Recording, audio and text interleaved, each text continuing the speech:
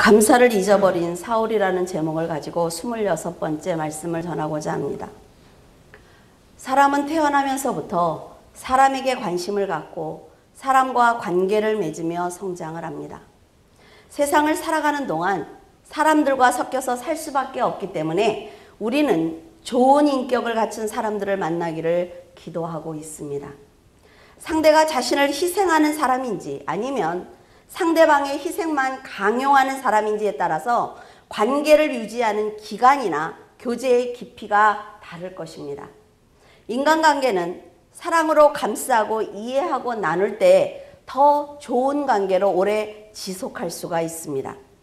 일방적인 희생을 강요하거나 자기의 필요만 채우려고 한다면 그 관계는 절대로 오래가지 못합니다. 사울왕은 다윗에게 말하기를 나는 너를 학대하되 너는 나를 선대하니 너는 나보다 의롭다 이렇게 말을 했습니다. 우리가 알고 있는 사울은 다윗을 시기를 해서 끊임없이 괴롭히고 있기 때문에 이런 관계는 분명 오래 유지하기 힘든 관계입니다. 물론 좋은 관계를 유지하기 위해서 내가 한계를 주면 한계를 나도 받아야 된다 이런 얘기를 하는 게 아니에요. 사랑을 받았을 때 감사할 줄 아는 사람은 받은 만큼 돌려주려고 노력하기 때문에 이런 관계는 오래 지속할 수 있다는 것입니다. 한 사람의 노력으로 관계가 절대로 좋아지지 않습니다. 부부나 부모와 자식, 친구와 형제, 성도들처럼 만나야만 하는 관계는 서로 노력하지 않으면 불화가 생길 것입니다. 세상에서 계산적인 관계는 감정이 상하면 만나지 않으면 됩니다. 그런데 감정이 상해도 버릴 수 없는 관계는 서로 노력하면서 맞춰가지 않으면 아주 큰 어려움을 만나게 된다 말이죠. 하나님과 성도의 관계도 노력 없이는 절대로 가까워질 수가 없습니다. 물론 우리가 아무리 노력을 해도 하나님의 사랑에 보답할 수는 없습니다. 그런데 늘 감사하는 마음으로 산다면 세상을 향해서 하나님의 사랑을 조금은 드러낼 수 있을 것입니다. 사울과 다윗의 관계를 보면 사울에게 다윗이 쫓겨다니는 형편이에요. 그럼에도 불구하고 다윗은 악한 사울에게 늘 선을 베푸는 것을 볼 수가 있습니다. 사울은 인정사정 보지 않아요. 무조건 다윗을 죽이려고 공격을 합니다. 그러나 다윗은 맞서기보다는 피해 다니고 있어요. 사울은 모든 것을 다 가진 세상의 왕이고 다윗은 그 왕에게 쫓겨다니는 형편임에도 불구하고 왜 다윗은 사울을 공격하지 않는 것입니까? 그 답은 로마서 12장 19절에 있습니다. 내 사랑하는 자들아 너희가 친히 원수를 갚지 말고 하나님의 진노하심에 맡기라 기록되었을 때 원수 갚는 것이 내게 있으니 내가 갚으리라 주께서 말씀하시니라. 원수를 향해 복수하는 것은 하나님께 맡기고 그가 줄이면 먹이고 목말라 하면 물을 준다면 원수의 머리에 숯불을 쌓아놓는 것처럼 그에게 고통을 줄 수 있다라고 말하고 있어요. 이것이 바로 악에게 지지 않고 선으로 악을 이기는 방법입니다. 예수님은 십자가를 지실 것을 알고 계세요. 그러면서도 죄인들이 사망에 빠지지 않도록 쉼 없이 복음을 전하시는 것을 볼 수가 있습니다. 이런 그리스도의 사랑을 믿음으로 볼 수 있어야만 자신의 죄를 볼 수가 있어요. 여러분이 자신의 죄를 보는 영안이 열리면 예수님의 사랑이 얼마나 큰지 기도만 하면 눈물이 날 것입니다. 누군가에게 사랑을 줄 때는 예수님처럼 감당할 수 없는 사랑을 부어줘야만 합니다. 그리고 받을 때는 겨자씨만한 사랑을 받았더라도 감사할 줄 알아야 돼요. 이런 인격과 지혜를 갖춘 사람들이 큰 그릇인 것입니다. 다윗은 하나님의 사랑을 보았고 깨달았기 때문에 사울을 공격하지 않았습니다. 이렇게 선을 베푸는 다윗을 끊임없이 죽이려고 쫓아다니는 사울은 블레셋이 예루살렘을 공격했습니다 라는 소식을 듣고 돌아갔어요. 돌아갔지만 블레셋이 떠나고 나니까 다시 다윗을 죽이기 위해서 왔어요. 이번에는 이스라엘의 최고 정예병 3,000명을 데리고 와서 다윗과 그의 군사 600명을 단번에 섬멸하려고 돌아온 것입니다. 다윗이 엔게디에 숨어 있다는 것을 알고 있었다 말이죠. 3,000의 군사도 있기 때문에 사울은 마음만 먹으면 다윗을 바로 죽일 수가 있었습니다. 이 상황이 얼마나 급박한지 다윗은 이렇게 기도했어요. 시편 35편 1절에서 3절에 여호와여 나와 다투는 자와 다투시고 나와 싸우는 자와 싸우소서. 방패와 손방패를 잡으시고 일어나 나를 도우소서. 창을 빼사 나를 쫓는 자의 길을 막으시고 또 내 영혼에게 나는 내 구원이라 이르소서. 사울과 직접 싸우기보다는 하나님께 원수를 맡기는 기도를 먼저 드리고 있습니다. 다윗은 사울과 얼마든지 싸울 수가 있어요. 데리고 있는 그 군사는 아주 용맹한 사람들입니다. 그러나 하나님께 나를 도와달라고 살려달라고 기도하고 있단 말이죠. 다윗도 인간인데 왜 사울과 직접 싸우고 싶지 않겠습니까? 하지만 하나님을 만난 성도는 모든 것을 하나님께 맡기고 현실을 그대로 받아들이는 지혜가 필요합니다. 만약 다윗이 분을 이기지 못해서 사울을 죽였다고 생각을 해보세요.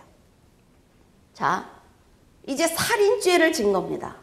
살인죄를 진 상태로 어떻게 하나님을 사랑한다고 말할 수가 있겠어요?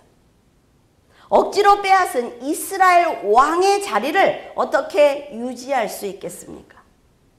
악한 방법으로 왕에 오른 다윗을 하나님께서는 보호하지 않을 것입니다.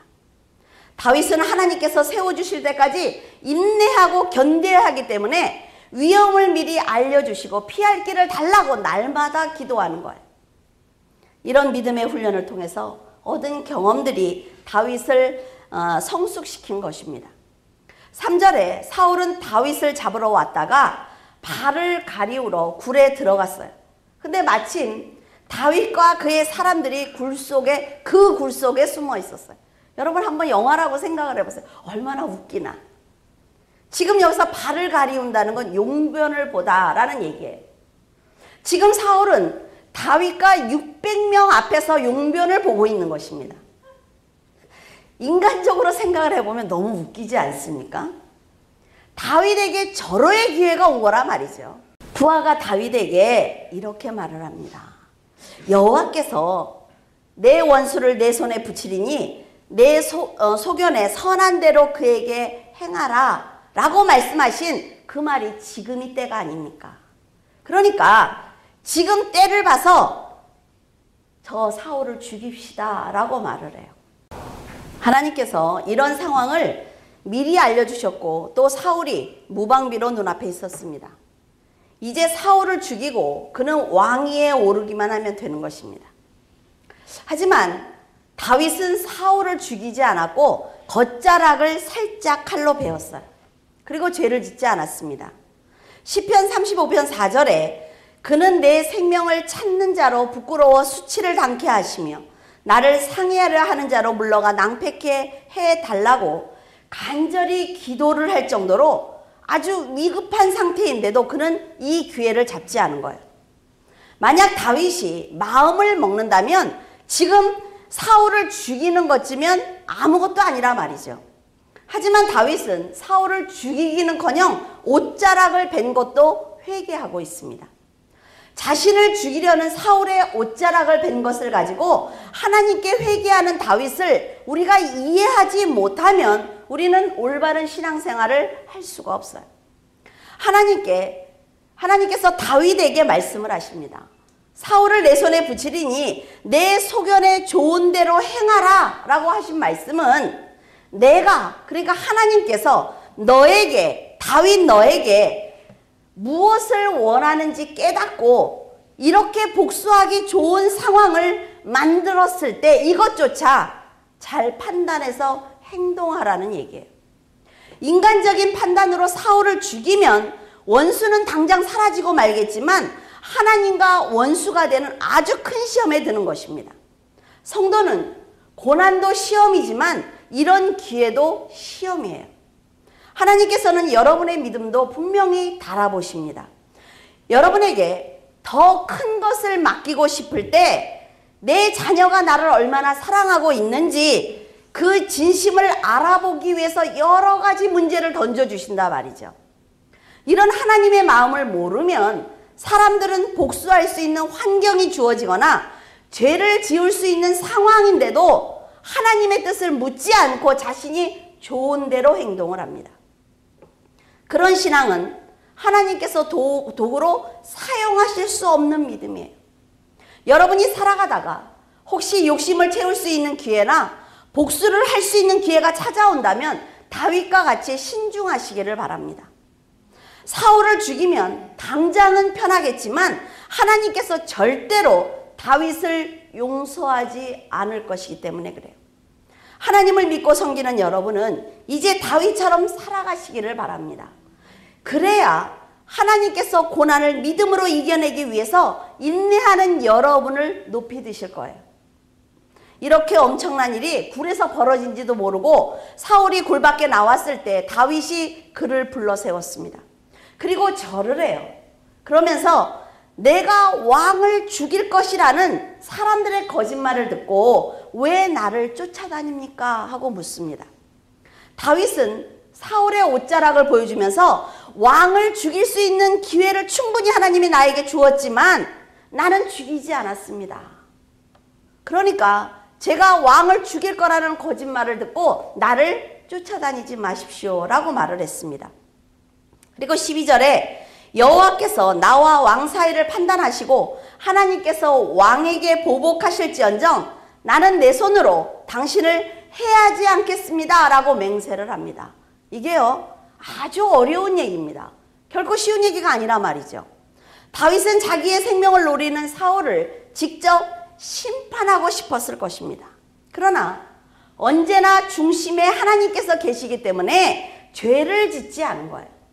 그는 시편 35편에서 하나님께 간구하기를 사울을 친구처럼 형제처럼 대했지만 그는 선행을 악으로 갚았으며 불량배처럼 자신을 치고 찢기를 그치지 않고 나를 괴롭히고 있으니 하나님께서 대신 수치와 욕을 당하게 해달라고 기도를 합니다.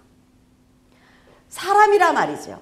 당하고 있으니까 사울을 보면서 그래 네가 나를 때려도 나는 그냥 웃어 이게 아니라 말이에요. 하나님께 복수해달라고 기도하는 겁니다. 원수를 눈앞에 두고도 죽이지 못하는 다윗은 생각이 참 많았을 거예요. 죽일 기회가 있어도 죽이지 않는 다윗과 죽이고 싶어도 기회가 주어지지 않는 사울은 달라도 아주 다릅니다. 이처럼 기회는요 하나님이 주시는 거예요.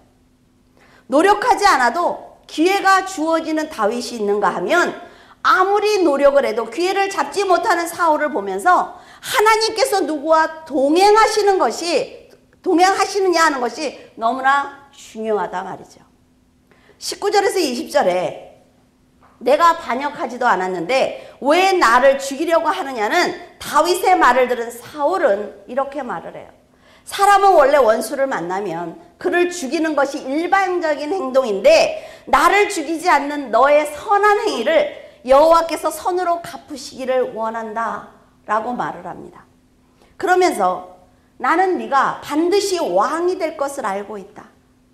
이스라엘이 내 손에 견고하게 설 것을 나는 알고 있다. 그러니까 내 후손을 끊지 말아달라 이렇게 부탁을 하고 돌아갔어요. 사울이 다윗이 선하다는 것을 몰라서 괴롭히는 게 아니라 말이죠. 그는 이 사실을 알기 때문에 죽여서 왕이 되지 못하게 하려는 어이없는 행동을 하고 있는 것입니다. 죄를 짓는 사람이 그것이 죄라는 것을 몰라서 짓는 것이 아니라 말이죠. 하나님의 뜻도 알고 후손을 부탁하는 사울의 말을 들어보면 그는 다시는 다윗을 괴롭히지 않을 것 같아요. 그런데 26장에 건너가면 다시 다윗을 쫓는 사울을 만날 수가 있습니다. 다시는 쫓지 않겠다고 약속한 사울이 3,000명의 군사를 데리고 다윗을 잡으러 온 것을 보면 사람은 절대로 바뀌지 않는다라는 것을 알 수가 있단 말이죠. 하나님의 말씀으로 거듭나지 않는 한 사람은 본성이 바뀌지 않기 때문에 다윗에게 네가 선하다는 것을 알고 내 후손도 부탁한다고 말을 하면서 그 당시에는 변한 것처럼 보인단 말이에요. 그러나 다시 악한 자리에 가서 똑같은 행동을 하는 것을 볼 수가 있습니다. 이스라엘이 큰 위기를 맞이했을 때 사울은 다윗에게 아주 큰 도움을 받은 사람이에요.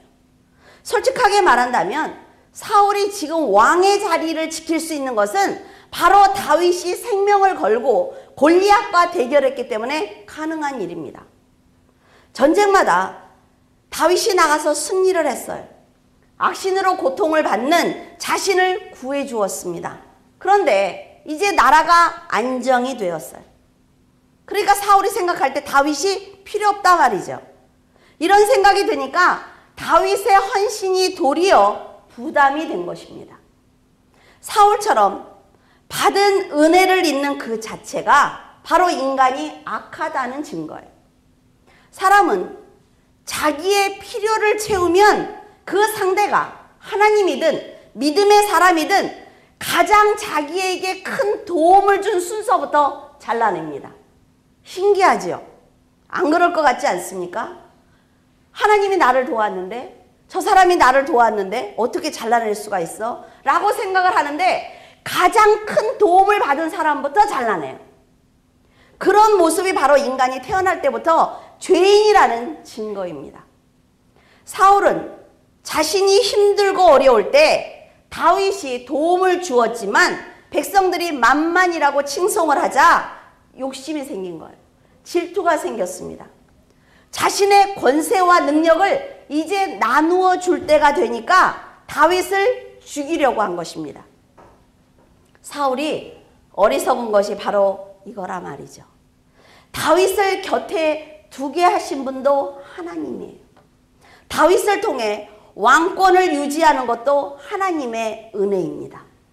그것을 보는 영안이 어두우니까 어때요? 원하는 것을 취하자 다윗을 죽이려고 한 것입니다. 누가 줬어요? 하나님이 줬습니다. 그렇기 때문에 하나님과 믿음의 사람을 버리면 안 되는 거예요. 여러분에게 구역장이 또 교회 성도들이 함께 기도해서 여러분들의 문제가 해결되고 내가 하나님을 알아가거든 그 사람들을 버리면 안 됩니다. 그러나 내가 무엇 말씀을 좀 아는 것 같고 내 집안의 어려운 문제가 좀 해결된 것 같으면 다 잘라내. 그건 뭡니까? 내 팔다리를 다 잘라내는 거예요. 여러분 생각을 해보세요. 믿음의 사람 다윗을 통해 나라를 구했다면 사울은 다윗과 함께 있는 그 자체가 축복입니다.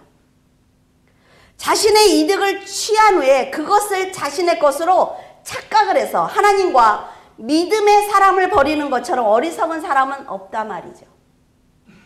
그런데 문제는 사람들이 모두 사울과 같은 마음을 가지고 있다는 것입니다. 욕심과 질투로 마음을 닫아버린 사울은 아무리 노력을 해도 다윗을 쉽게 죽일 수가 없었어요. 군사를 동원해도 다윗은 안개에 숨긴 것처럼 보이지 않았습니다. 하나님께서 다윗을 보호하고 계시는 한 사울은 절대로 다윗을 잡을 수 없습니다. 하나님께서 살아계시는 한 요나단은 왕위에 오를 수 없어요. 다윗은 이런 하나님의 뜻을 깨닫고 선한 삶을 살았던 것입니다.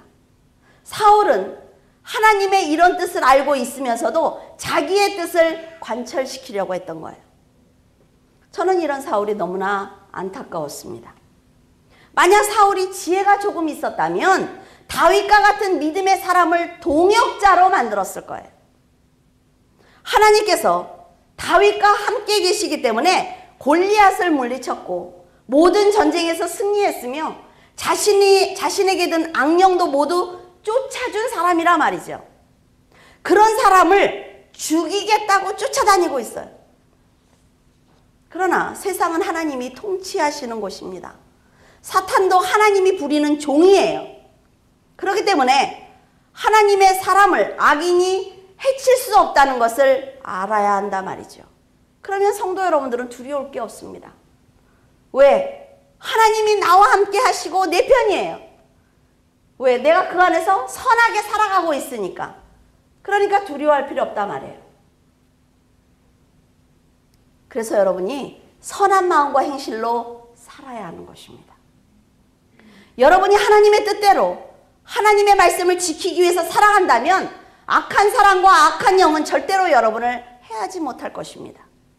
그러나 어리석은 사람은 어려운 상황을 다 벗어나기만 하면 자기를 도와준 하나님도 다윗도 쉽게 버리는 거예요. 지금 자신이 누리는 그 평안함은 하나님과 그 누군가 자신을 위해서 기도했기 때문에 받은 축복입니다. 그런데 이제 내가 받은 것을 절대로 나누고 싶지 않으니까 그 욕심이 더 넓은 세계를 보지 못하게 만드는 거예요. 여러분은 하나님과 믿음의 사람에게 은혜를 받았거든 마음에 간직하고 하나님께 죽도록 충성하시기를 바랍니다. 감사를 모르는 사울은 자신이 파놓은 파멸의 구덩이에 빠졌어요. 자기만 죽으면 상관없습니다. 그런데 그의 아들들까지 모두 함께 죽었단 말이죠. 은혜를 모르는 사람은 결국 자기도 그런 사람을 만나게 되어 있습니다. 자신이 했던 말과 행동을 그대로 듣게 되어 있어요. 그래서 말을 악하게 하면 안 됩니다. 행동을 악하게 하면 안 돼요. 왜? 하나님께서 그 사람을 깨닫게 하시는 방법은 그런 사람을 만나는 거예요. 그렇기 때문에 선한 말과 선한 행동을 하는 것이 얼마나 중요한지 모른다 말이죠. 하나님께서 여러분을 한 번 도와주셨다면 여러분, 하나님은 여러분을 100번 도와주실 수 있는 분이에요. 그 잘난 하나를 받고 그 하나님을 버리면 여러분 그 손해가 얼마나 큰지 압니까? 그래서 은혜를 잊으면 안 되는 것입니다. 여러분 사람들에게 상처를 받았을 때 사람에게 미운 마음이 생겼을 때 이런 생각을 해보세요. 저도 막 이렇게 그런 말을 안 들으면 좋겠는데 며칠 전에도 너무 생각지도 않게 그 친구 얘기를 들었어요. 3년을 제가 그 친구를 하루에 3끼씩 밥을 해 먹였어요. 그 친구를 밥을 해 먹이고 돈을 주고 3년 동안 옷을 사 입히고 하늘에 맹세코 최선을 다했단 말이에요. 그 부모 못하는 거를. 그랬는데 그 친구가 어때요? 지금 뭐라 그래 나가서? 물줄기 교회와 그 목사는 말씀 외에는 다 거짓이다. 그렇습니까? 그래서 듣는데 어때요? 기분이 나쁘겠죠? 생각을 해봤어요. 내가 지금 이 순간에 어떤 생각을 해야 될까? 그런 생각을 했습니다. 그래. 처음에 원정동에서 교회를 할 때 그 어려울 때 최선을 다했던 그 친구니까 그걸 가지고 하나님께 복을 달라고 기도하자. 그러면 하나님이 하시겠지. 그 사람이 한 말은 자기가 책임지겠지. 차라리 그 친구를 위해서 복을 달라고 기도하니까 마음이 너무나 편안해졌어요. 그리고 불쌍한 마음이 들었습니다. 그리고 이 설교를 하게 됐어요. 여러분, 미워할 필요 없습니다. 미워하면 내 손해예요. 그 사람이 미우면 난 이 사람한테 화를 내야 되잖아요. 그럴 필요 없단 말이죠. 지금 다윗이 하는 이 처사가 너무나 지혜로운 겁니다. 절대로 미워하지 마세요. 그리고 직접 그에게 악한 말을 하지 마세요. 여러분, 하나님을 배신해서는 안 됩니다. 그리고 다윗처럼 여러분을 위해서 헌신한 사람이 있거든 쉽게 버리고 대적해서는 안 됩니다. 왜냐하면 그의 기도로 그만큼 성장한 거거든요. 여러분을 위해서 기도하는 우리 믿음의 형제들 때문에 여러분들이 지금 편안할 수 있단 말이죠. 그래서 늘 감사하는 마음을 가져야만 하나님께서 그 감사하는 마음에 축복을 하시는 거예요. 그것이 그릇입니다. 청년들 묻죠? 그럼 그릇을 어떻게 준비합니까? 그게 그릇이에요. 하나님이 복을 부어주실 때 쏟지 않는 그 그릇이 감사하는 마음이란 말이에요. 하나님의 은혜를 알아주는 마음이에요. 그런 그릇들이 포개지면 어때요? 깨지지 않는 단단한 그릇이 됩니다. 하나님이 거기다 부어주시면 한 방울도 흘리지 않을 수 있어요. 그러면 그 복은 다 여러분의 것이에요. 그러기 위해서는 겸손해야 합니다. 낮아져야 돼요. 여러분에게 정말 요만큼이라도 도움을 준 사람이 있거든. 겨자씨만한 사랑을 준 사람이 있거든. 그것만 생각하고 감사하면서 기도하세요. 그러면 하나님은 여러분이 베풀어 주신 그 사랑을 기억하고 이 아이는 갚을 줄 아는 아이야. 내가 이 아이에게 맡기면 하나님의 그 영광이 더 크게 드러날 거야.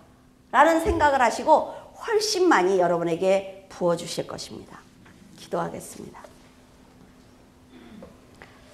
사랑의 하나님, 은혜를 감사를 드립니다. 하나님, 저희들은 인생을 살아가면서 참으로 많은 사람들을 만나고 있습니다.